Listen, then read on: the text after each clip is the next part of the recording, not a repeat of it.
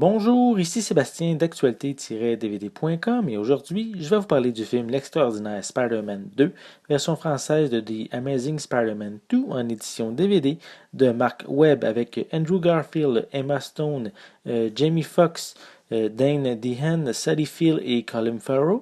C'est un film distribué par Sony Pictures et sorti en magasin le 19 août 2014. Spider-Man continue de combattre le crime à New York avec la même énergie, même si Peter Parker, obsédé par la disparition de ses parents lorsqu'il était enfant, conjugue difficilement cette vie de justicier et son amour pour Gwen Stacy. Il décide donc de se séparer.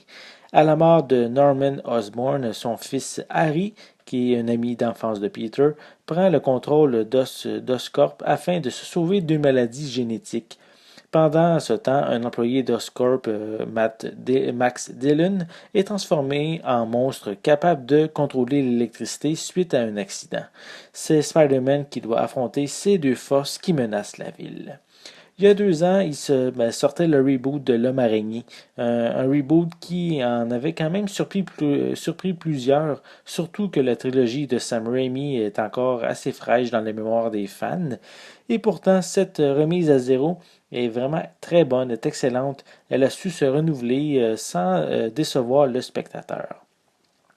Avec l'extraordinaire Spider-Man 2, Mark Webb amène ses personnages encore un peu plus loin en suivant plusieurs arcs narratifs. C'est ici que le problème malheureusement se situe.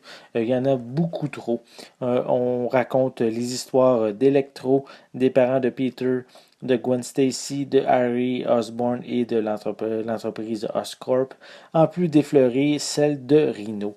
C'est vraiment beaucoup trop, surtout qu'on retrouve des scènes qui allongent inutilement le scénario. Donc 2h20 pour ce film-là, ça commence à être long. Les personnages, quand même, en tant que tels, sont bien intéressants. Spider-Man, Peter Parker doit bien doser entre la vie de super-héros et sa relation avec Gwen. Elle, justement, de son côté, n'est pas ici dépeinte comme une jeune femme innocente qu'on doit sauver.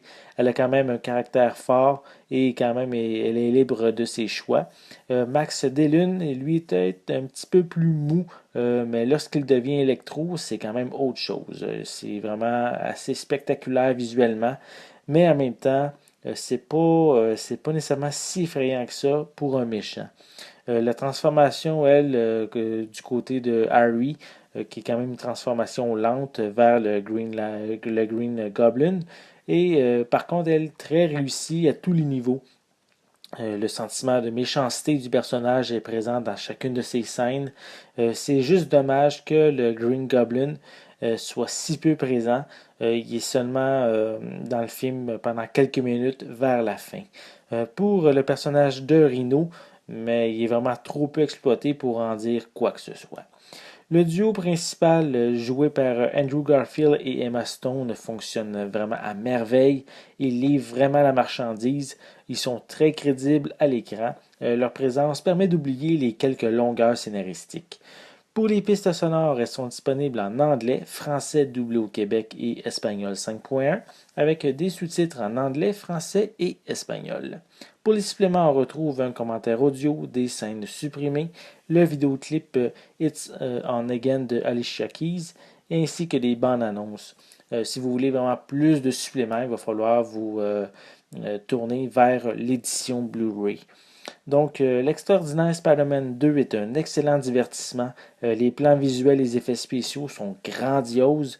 Et en retirant les quelques longueurs et en ayant un méchant principal, je parle ici d'Electro, qui a l'air réellement méchant, mais ça aurait permis de donner au film une note presque parfaite. Donc, c'est quand même un film à voir absolument pour tous les fans de super-héros. C'est un très bon divertissement que je recommande. C'était Sébastien. Merci et bon visionnement.